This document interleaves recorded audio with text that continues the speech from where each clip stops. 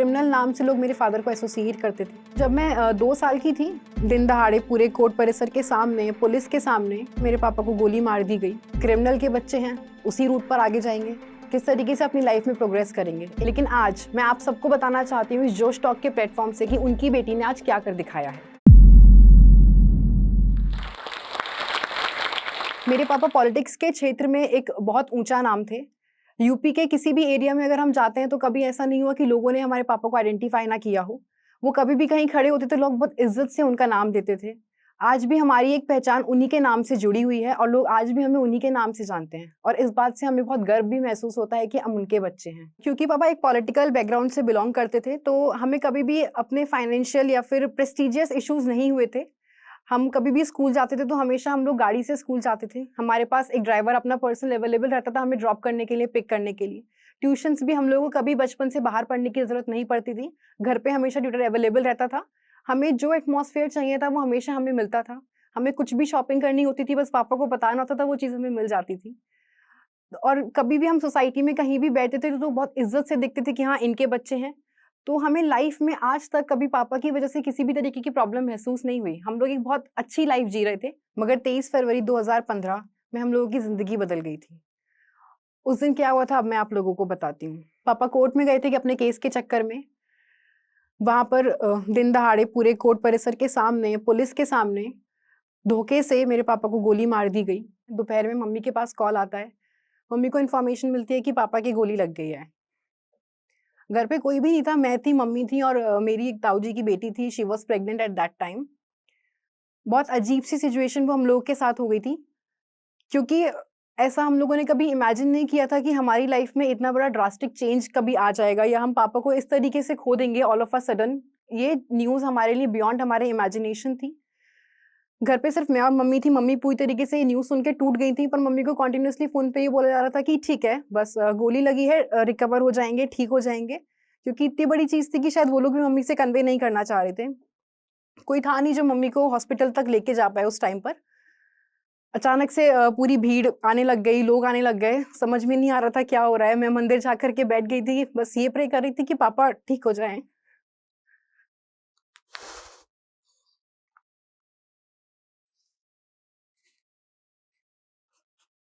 थोड़ी देर बाद देखा तो चारों तरफ पुलिस फ़ोर्स भी आ गई थी। तो समझ में आने लगा था कि कुछ बहुत गलत हो गया है। फिर मम्मी भी हॉस्पिटल से वापस आ गई थी, बहुत रो रही थी।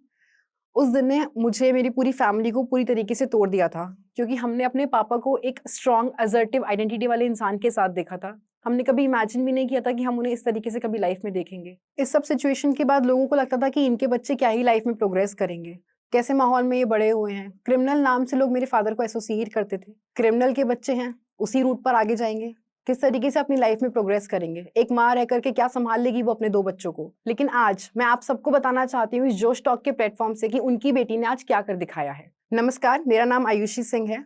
मेरा जन्म हिमायूपुर नाम के गाँव में हुआ था, मुरादाबाद में। अगर मैं आपको अपनी लाइफ की स्टोरी की बिगिनिंग बताऊँ, हम लोग स्टार्टिंग में गाँव में रहते थे। लेकिन क्योंकि गाँव में अच्छी एजुकेशन अवेलेबल नहीं थी, तो जब पापा पहला इलेक्शन ब्लॉक प्रमुख का जीते थे, उसके बाद हम लोग शहर में शिफ्ट हो गए थे। और मुरादाबाद में जाकर के केसीएम स्कूल से ही मैंने अपनी बेसिक एजुकेशन कवर की है टिल क्लास 12th। पापा को हमेशा से बहुत बड़ा सपना था पापा का कि उनकी बेटी एक ऑफिसर बने। वो हमेशा जिससे भी मिलते थे वो यही कहते थे कि मैं इसको ऑफिसर बनाना चाहता हूँ और मैं इसको एक दिन ऑफिसर बनाऊंगा। उनका ये एकदम फिक्स था कि हाँ, मैं इसको बनाऊंगा ऑफिसर। तो उनकी जो ये वर्ड्स थे हमेशा मेरे दिमाग में रहते थे कि हाँ, मुझे भी ऑफिसर बनना है। मतलब एकेडमिक्स में मेरा बैकग्राउंड हमेशा से अच्छा रहा है, हमेशा 90s परसेंटेज वाली मैं स्टूडेंट रही हूँ। तो ये भी खुद में कॉन्फिडेंस था कि हाँ, शायद कर लेंगे आगे जाके फ्यूचर में। और एकेडमिक्स में अच्छा लाना इसलिए भी मुझे बहुत अच्छा लगता था कि पापा को देख करके खुशी होती थी, क्योंकि उन्हें बहुत ज़्यादा पढ़ाई को लेकर के एक सेंसिटिविटी थी। वो चाहते थे कि मेरे बच्चे पढ़ाई में ही आगे जाएँ। वो कभी हमें पॉलिटिक्स में इंटरफेयर नहीं करते थे। हमें बहुत ज़्यादा अपने पापा की पॉलिटिकल बैकग्राउंड के बारे में पता भी नहीं रहता था, क्योंकि घर में रहते थे, पढ़ाई करी अपने, बस वही सारा कुछ हमारा मेन मोटिव रहता था। फिर जब पापा की डेथ हुई थी जब मैं 11th में थी, तब मैंने डिसाइड किया था कि अब मेरे पास लाइफ में सिर्फ एक ही गोल है कि मुझे उनका सपना पूरा करना है। क्लास 11 में मेरे बारली 60% आए थे, जबकि मैं स्टार्टिंग से बहुत अच्छी स्टूडेंट रही थी, बट क्योंकि वो सिचुएशन सर्कमस्टांसेस हम लोगों के लिए बहुत टफ थे, तो उसमें एग्ज़ाम देना ही मेरे लिए बहुत मुश्किल था। क्योंकि जिस दिन मेरे पापा की डेथ हुई थी उससे नेक्स्ट डे मेरे एग्ज़ाम्स स्टार्ट थे क्लास 11th के। तो समहाउ आई मैनेज कि मैं क्लास 11 जो है पास कर पाई थी। क्लास 12th में मैंने बहुत मेहनत की, क्योंकि मुझे ये था कि मुझे घर से बाहर जाकर के दिल्ली यूनिवर्सिटी में एडमिशन लेना है और वहाँ से अपनी पढ़ाई कंटिन्यू करनी है। क्योंकि घर में, जैसा मैंने बताया, माहौल बहुत ज़्यादा इमोशनली अनस्टेबल माहौल था और वहाँ रह कर के मेरे लिए पढ़ाई कर पाना और सिविल सर्विसेज जैसे एग्ज़ाम को क्रैक कर पाना बहुत मुश्किल था।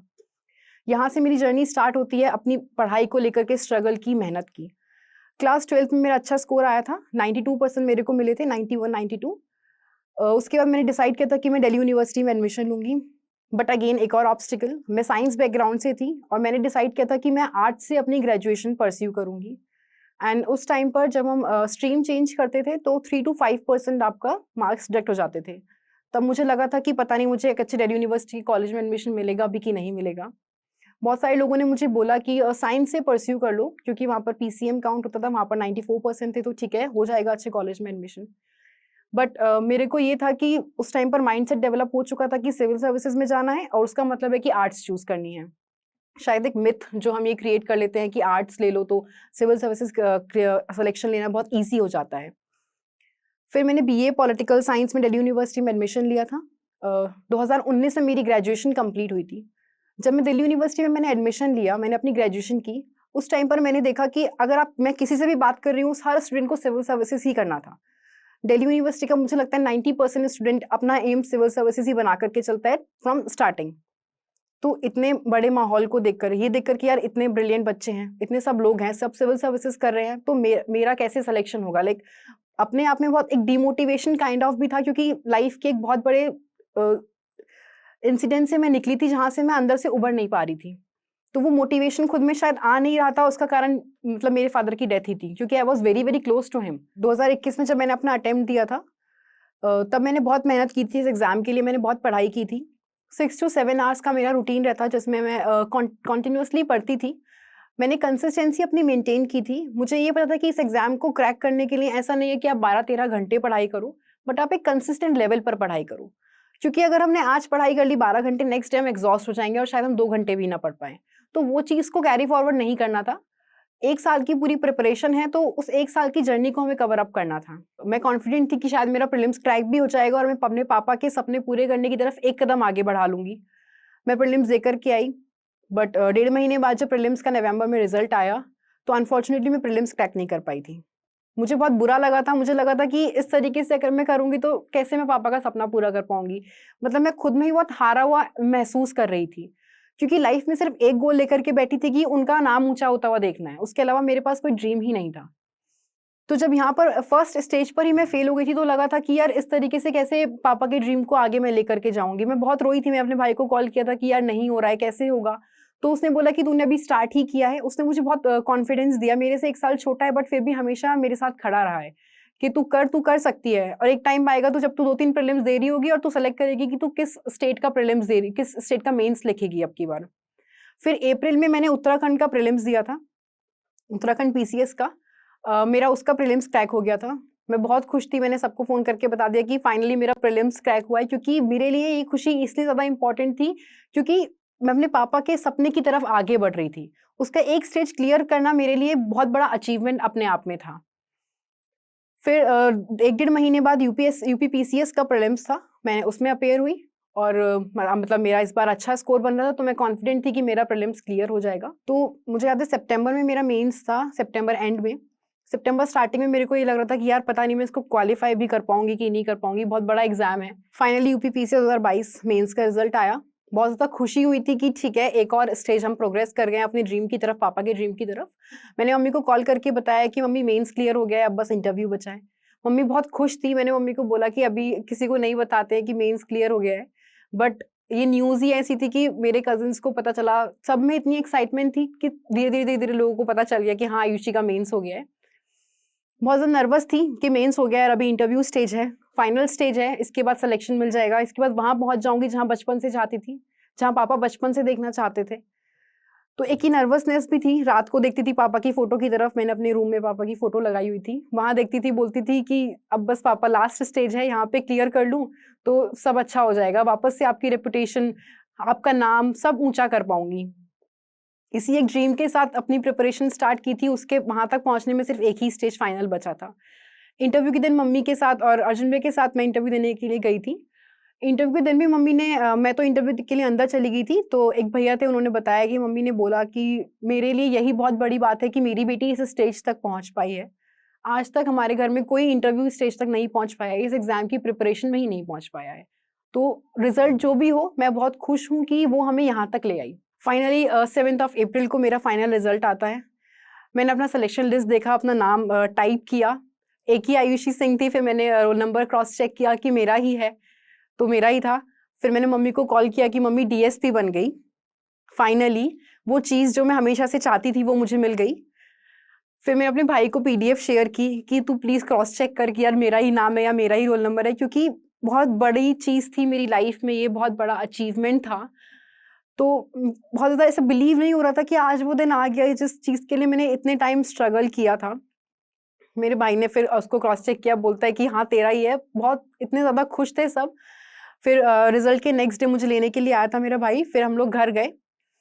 घर जाके सब लोगों ने मेरा बहुत अच्छे से वेलकम किया था। मेरी मम्मी की आँखों में आँसू थे, मेरी बुआ जी की आँखों में आँसू थे, क्योंकि वो सब पापा को याद कर रहे थे, क्योंकि उनका सपना मैंने जिया। मेरे लिए इससे बड़े गर्व की बात लाइफ में कभी कुछ और नहीं हो सकती कि मैंने उनके सपने को जिया और उसको एक सच्चाई भी बनाई। मैंने बीच में कभी हार नहीं मानी। और इससे भी ज़्यादा फिर मुझे खुशी तब मिली जब न्यूज़पेपर में हेडलाइन बनने लगी कि ब्लॉक प्रमुख बूरा की बेटी बनी डीएसपी, या बूरा प्रमुख की बेटी का हुआ पीसीएस में सिलेक्शन। तो जिस तरीके से मेरा नाम मेरे पापा के नाम से जोड़ा गया था, तो वो मेरे लिए बहुत ज़्यादा गर्व की बात थी, क्योंकि हमेशा से चाहती थी कि कहीं तो मैं पापा के साथ जुड़ूँ, कहीं तो मैं उनका नाम दोबारा से लेकर के आऊँ। ये एक सपना मैंने पापा के जाने के बाद देखा था कि लोग शायद उनकी आइडेंटिटी भूल रहे हैं, पर मैं नहीं चाहती थी कि लोग कभी भी भूले कि बुरा प्रमुख कौन थे। मैं जोश टॉक को धन्यवाद देना चाहती हूँ कि उन्होंने मुझे यहाँ पर इनवाइट किया और अपनी बात कहने का एक मौका दिया, अपनी कहानी सुनाने का एक मौका दिया। मैं अपने इस स्ट्रगल के फेस को यहाँ पर सुना पाई हूँ, उनके लिए जोश टॉक का बहुत-बहुत धन्यवाद। Thank you so much. क्योंकि आप जोश टॉक्स देख रहे हैं, तो जाहिर सी बात है कि आप अपनी जिंदगी में कुछ बड़ा करना चाहते हैं और वो सारे स्किल्स सीखना चाहते हैं जिनसे आप अपने सपने पूरे कर सकें। और आपके इन्हीं सपनों को पूरा करने में मदद करता है जोश टॉक्स का इंग्लिश स्पीकिंग ऐप, जिसमें हम आपकी मदद करते हैं उन सारे स्किल्स को सीखने में जिनसे आप बाकियों से आगे बढ़ सकते हैं। चाहे इंग्लिश बोलने में कॉन्फिडेंस और फ्लुएंसी की कमी हो या पर्सनालिटी डेवलप करने में परेशानी हो रही है, इस सब के लिए आपको वन स्टॉप सॉल्यूशन हम देना चाहते हैं और इसका नाम है जोश टॉक्स इंग्लिश स्पीकिंग ऐप। तो इंतजार किस बात का है? आज ही डाउनलोड कीजिए जोश टॉक्स इंग्लिश स्पीकिंग ऐप और अपनी सक्सेस की तरफ एक नया कदम बढ़ाइए। Click the link now.